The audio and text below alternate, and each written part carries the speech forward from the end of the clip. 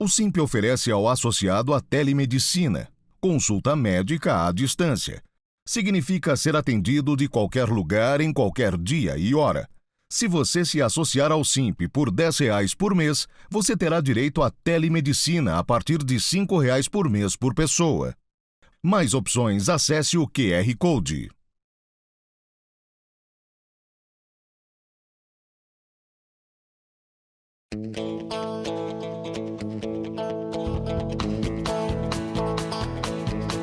Começa agora o programa Hora e a Vez da Pequena Empresa, sempre levando para você muitas informações e atrações. Confira. O advogado Marcos Tavares Leite comentando sobre as tentativas de restrições ao Simples Nacional. O economista Simão Davi Silber trazendo informações da área econômica. Também esteve conosco o auditor e perito contador Vitor Estanquevicius. E nesta semana, o presidente do Simp, Joseph Cury, recebe o Dr. Felipe Prince, economista especialista em finanças, crédito e agronegócio. Fique conosco.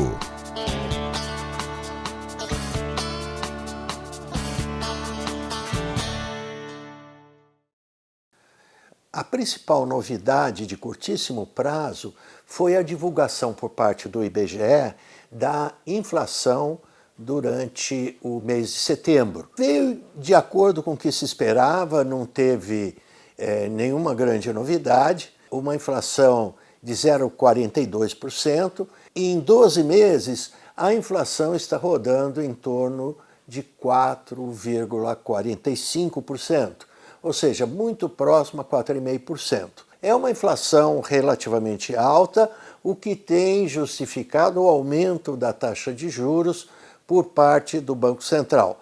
Até o final do ano, a gente espera que o Banco Central suba ainda mais a taxa de juros, provavelmente para um nível muito próximo a 12%, algo como 11,75%. Esse ano é um ano que a economia está tendo um bom desempenho, as vendas estão indo bem.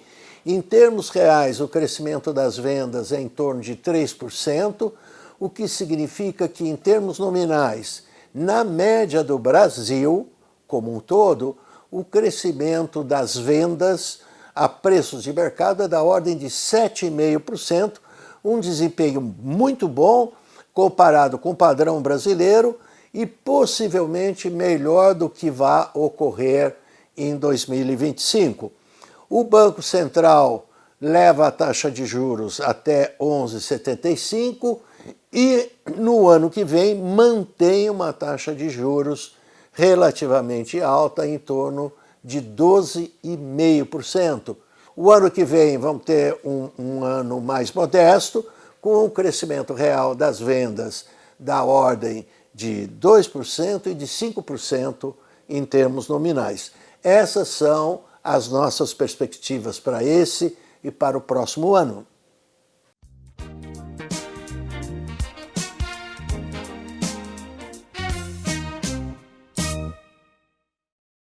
A contabilidade como instrumento de gestão, como ferramenta de gestão para você, empresário, administrador. Transformar o balancete mensal contábil num relatório de gestão empresarial, num relatório gerencial, em controladoria. Isso é muito importante para você, empresário. Veja, agora para fazer essa transformação de um relatório, de um balancete contábil em um relatório gerencial de controladoria, você deve municiar, transferir à sua contabilidade as informações corretas, adequadas, precisas, para que o seu contador, no momento adequado, no time adequado, faça o registro daquela operação no momento e na qualidade da informação recebida. De nada adianta você informar a contabilidade uma operação que ocorreu há 1, 2, 3 meses atrás. Isso distorce o resultado, distorce o patrimônio visto naquele balancete, o resultado também observado no balancete. Empenhe-se no sentido de transmitir, repito, as informações com precisão e qualidade ao seu contador, à sua contabilidade. Fui claro? Muito obrigado a todos. Sempre uma grande satisfação. Até a próxima oportunidade.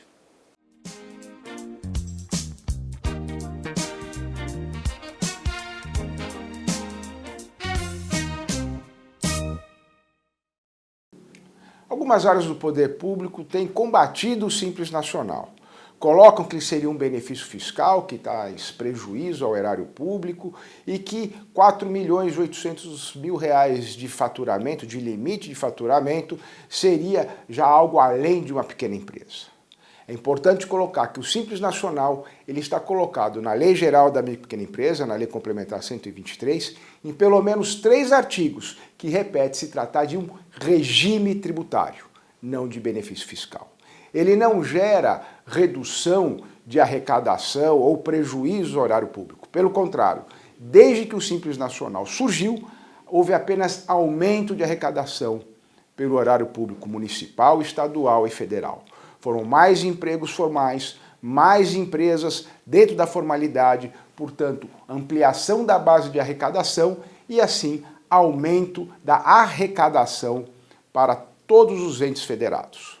Além disso, nós temos esse limite de faturamento congelado há mais de 6 anos, que já são objeto de uma lei complementar ou de um projeto de lei complementar de número 108, que aguarda ser pautado há 2 anos, desde agosto de 2022, para que ele possa fazer a adequação desses limites de faturamento.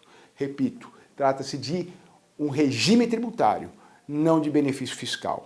A base de cálculo é o faturamento da empresa, não o seu lucro. Além disso, as alíquotas do Simples Nacional chegam a até 33% do faturamento. Portanto, dependendo da atividade do faturamento da empresa, 1/3 de tudo aquilo que ela arrecada vai ser destinado ao pagamento de impostos. Além disso, ela arca ainda com custos de inovação, de maquinário, de insumos, de mão de obra. Tudo isso, portanto, nós não estamos falando de benefício fiscal. Estamos falando de um mecanismo que simplifica e permite que as empresas possam trabalhar, possam se dedicar à atividade produtiva. Portanto, o Simp está trabalhando arduamente para tirar da visão que essa questão do Simples Nacional seja um benefício fiscal que possa levar prejuízo a qualquer ente do erário público. Pelo contrário, ele deve ser estimulado, deve ser ampliado, os seus limites de faturamento devem ser atualizados, permitindo assim que mais empresas venham à formalidade, que mais pessoas possam ser empregadas, o que, por certo, ampliando a base de arrecadação, vai gerar aumento de receita à União, a estados e municípios.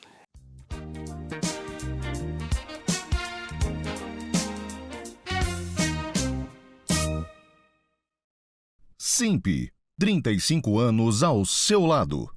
O Simp cresceu e hoje estamos presentes nos 27 estados da federação, sempre na defesa do MEI, da micro e da pequena empresa. Venha você também fazer parte dessa história.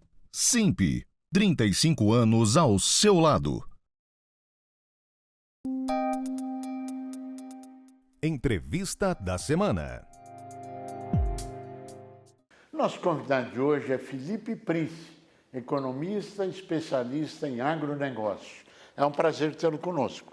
Obrigado, Cury. É uma satisfação, uma honra participar aqui com você e com todo o público da TV. A honra é toda nossa. Felipe, nos conta um pouquinho do que é ser um produtor do agronegócio. Sim, Cury.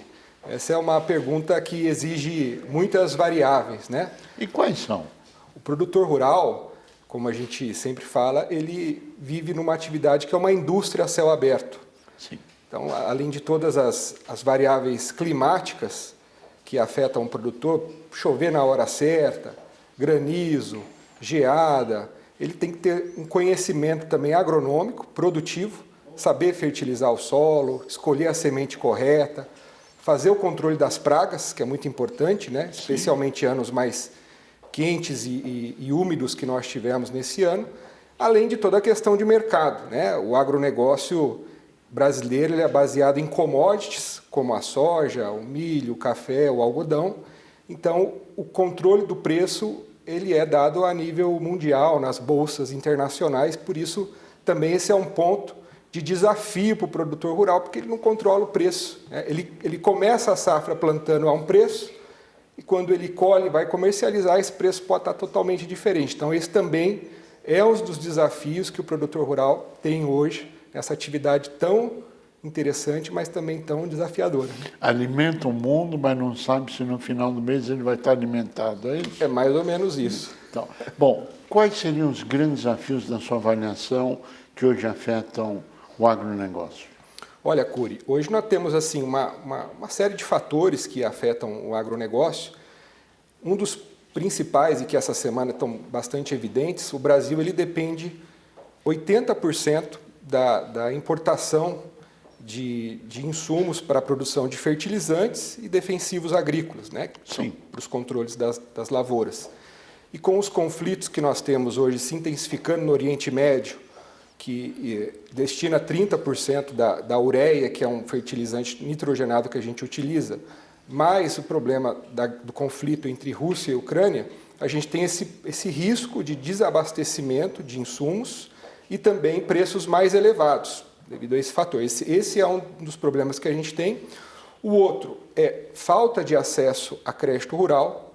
Nós, apesar do governo ter anunciado um plano safra com valor recorde, o que nós temos visto nessa safra, em função do aumento do ambiente de risco econômico e risco climático, é que as instituições financeiras, os bancos, as cooperativas de crédito, eles estão mais restritivos e mais exigentes também na concessão de crédito. Então, nós temos uma queda aí média de 30% nesse início de safra 24-25, que é a safra que a gente tem.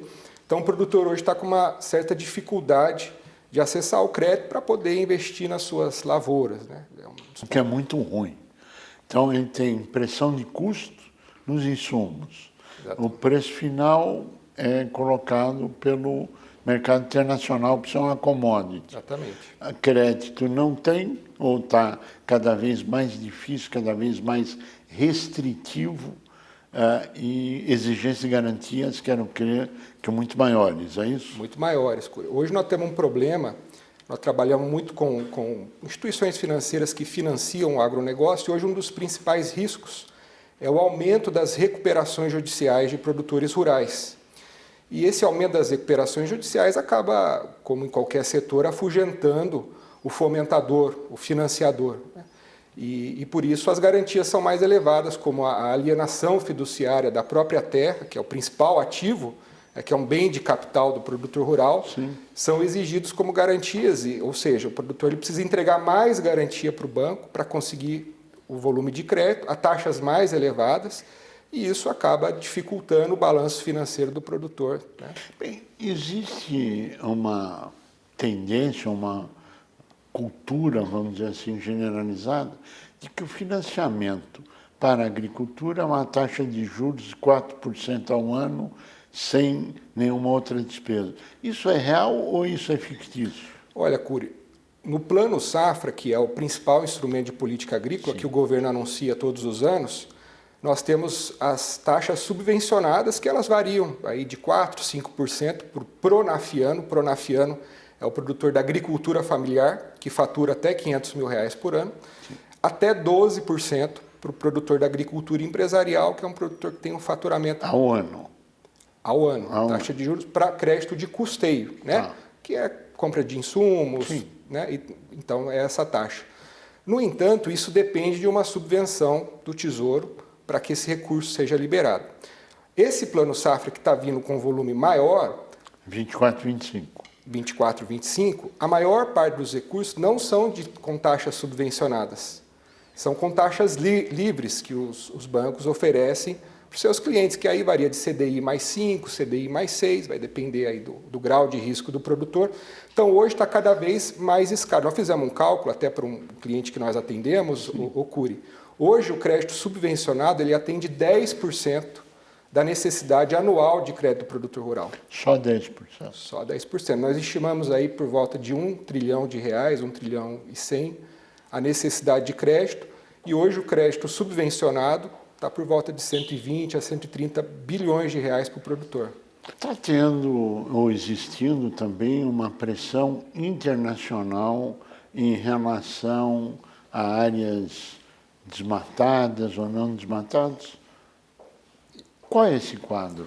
É isso mesmo, Cury. A União Europeia ela aprovou há 2 semanas uma medida de proibição de importação de produtos agrícolas brasileiros que sejam oriundos de áreas desmatadas, mesmo que legalmente, né? Porque é bom a gente lembrar o nosso público, que o Brasil ele possui um Código Florestal, que é de 2006, onde ele normatiza as áreas que podem ser desmatadas ou não. Isso vai depender de cada bioma, né? Nós temos aqui na região do Sudeste, região de Mata Atlântica, um percentual de 20% que o produtor tem que manter como reserva legal. Já mais ao norte, no bioma amazônico, esse percentual chega a 80%. Então, o que tem preocupado hoje o setor, inclusive a Confederação Nacional da Agricultura, é essa medida proibitiva de compra de produtos brasileiros, mesmo que o produtor tenha desmatado de forma legal, ou seja, dentro da legislação brasileira.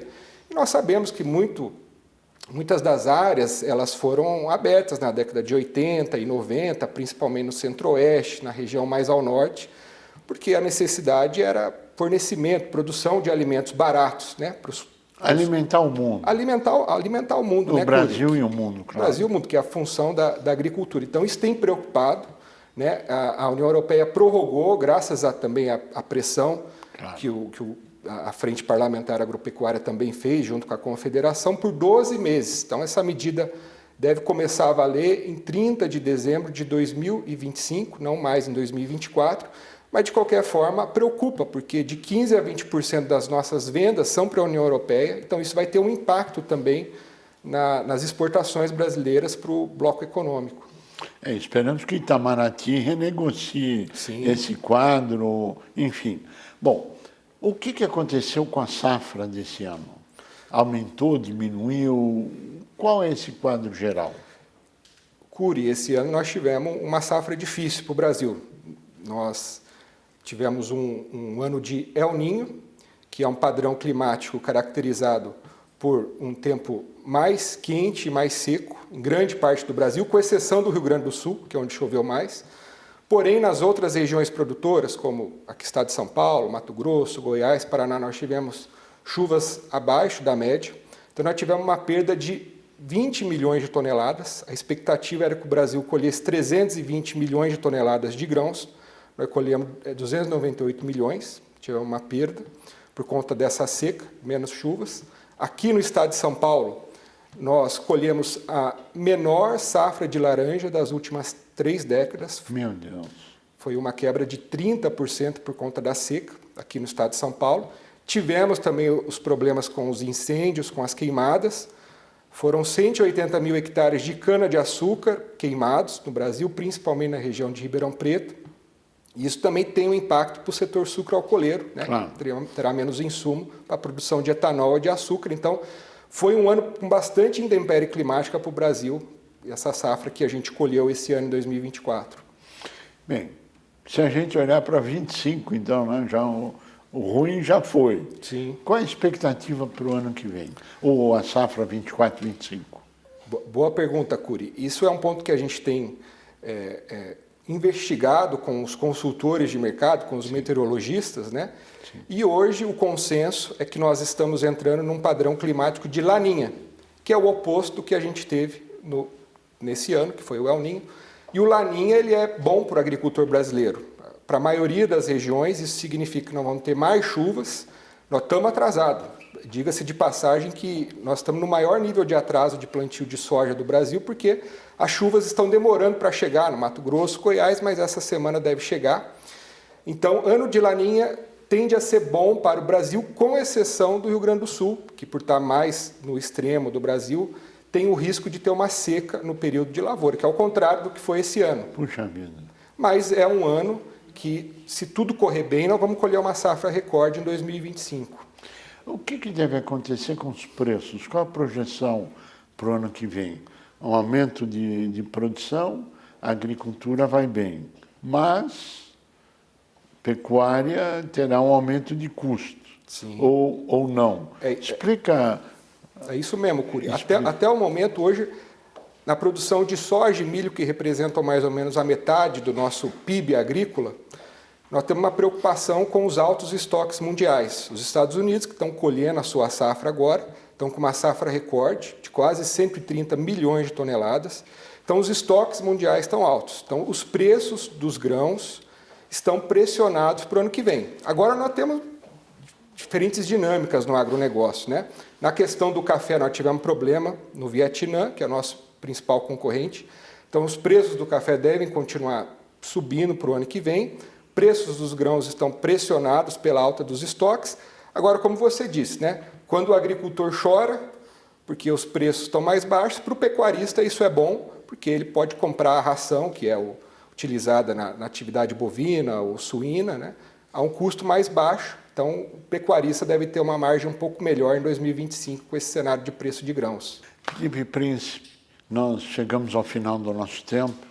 Queremos agradecer a sua participação, ao seu brilhantismo, desejando que 25 realmente seja o ano de uma safra maior, né, que traga alimento para o mundo inteiro e que todos possam se beneficiar desse trabalho. A você que esteve conosco, nosso mais profundo agradecimento, com a certeza que estaremos juntos na semana que vem. Até lá!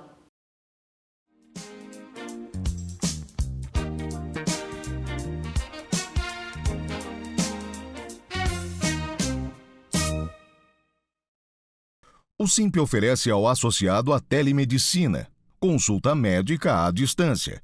Significa ser atendido de qualquer lugar, em qualquer dia e hora. Se você se associar ao Simp por R$10 por mês, você terá direito à telemedicina a partir de R$5 por mês por pessoa. Mais opções, acesse o QR Code.